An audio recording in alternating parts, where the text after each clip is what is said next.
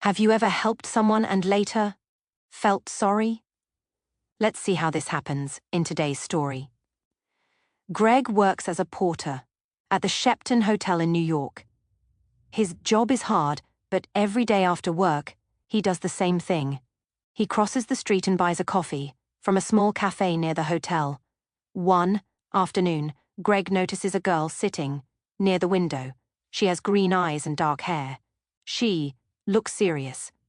The next afternoon she is there again, and the next afternoon, too. She comes here every afternoon. Greg thinks she always sits alone at the same table near the window.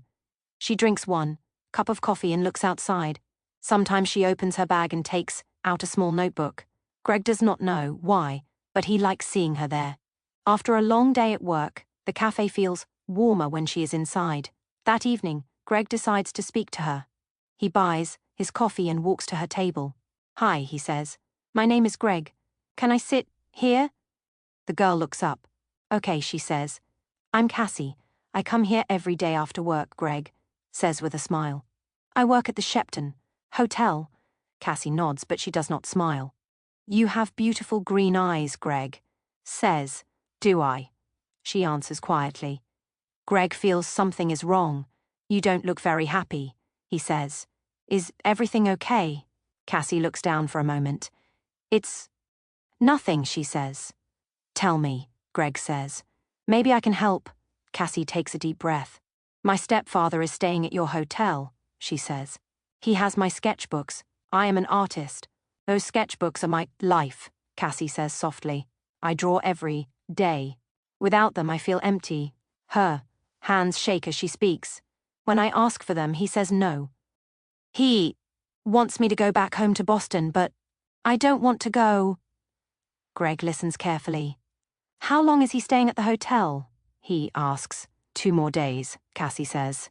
"He's in room 724. Greg thinks for a moment. "Maybe I can help you," he says. "Maybe I can get your sketchbooks." "Can you really?" Cassie asks, surprised.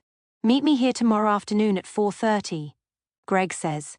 "Thank you," Cassie says. "Thank you very much." She looks at her watch. "I have to go now. See you tomorrow." That evening, Cassie returns to her hotel room and makes a phone call. "It's okay," she says quietly. "The boy is going to do it. Yes, tomorrow afternoon. Bring the money, $2,000. Cassie ends the call. A slow smile appears on her face. "Everything is going to be fine," she says to herself. The next morning, Greg arrives at work, early. "I need to be careful," he thinks. He watches the door of room 724. After some time, a cleaner enters the room. A few minutes later, a man comes out. That must be Cassie's stepfather, Greg thinks. When the man leaves and the cleaner goes away, Greg quickly enters the room. "I must be fast," he thinks. He looks around under the bed, next to a chair. Nothing. Then he sees them by the bed. "The sketchbooks," he whispers. He opens one and looks at the drawings. "Wow," he thinks. "She's very good." Suddenly, he hears a voice. "Hey, what are you doing?" It is the cleaner. Greg runs out of the room and does not stop. That afternoon, Greg leaves work through a side door. "I need to be careful," he thinks. Greg goes to the cafe. Cassie is sitting at the same table. "I have them," Greg says. He puts the sketchbooks on the table. "That's wonderful," Cassie says. "How can I thank you?" "We can meet later," Greg says. "After I go home and change." "I'm sorry," Cassie says. "I can't tonight.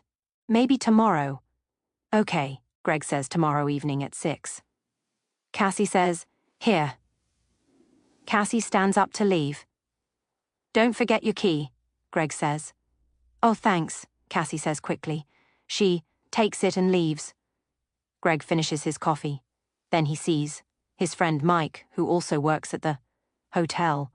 "Greg," Mike says seriously, "you're in trouble. What's wrong?" Greg asks.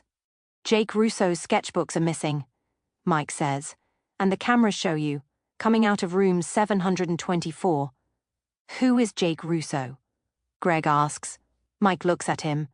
"He's a famous artist. His drawings are worth thousands of dollars. Greg feels sick. A girl has the sketchbooks, Greg says. He tells Mike everything about Cassie. When Greg finishes, Mike shakes his head. That's not true, Mike says. Jake Russo doesn't have a wife or a stepdaughter. Greg feels cold. He understands now. He was deceived. You must find that girl, Mike says, and you must do it before the police. Find you. I was stupid, Greg says quietly. I trusted her.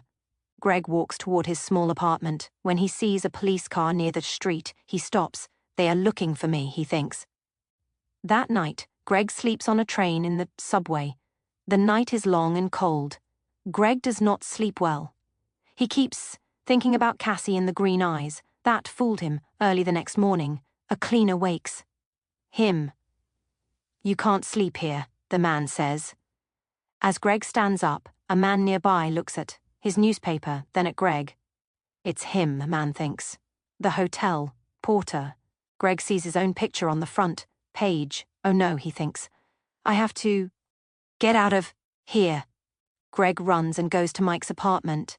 I need different clothes, Greg says. I can't go home. I know, Mike says. Come in. Do you know where the girl is? Mike asks. No, Greg says. Then he stops. Wait, her key. It's a key to the Dolphin Hotel. That's near 42nd Street, Mike says. I have to stop her, Greg says, and runs out of the apartment. 20 minutes later, Greg is near the Dolphin Hotel. Then he sees Cassie come out. Cassie, he calls. She looks at him but does not stop. She gets into a car. An old man nearby speaks. Pier 83, he says. Circle Line boat. Greg smiles. Thank you. He runs as fast as he can. At the pier, people are getting on the boat. Greg gets a ticket and looks around. Suddenly, a woman looks at him and whispers to her friend. That's him. They call the police. Greg sees Cassie talking to a man.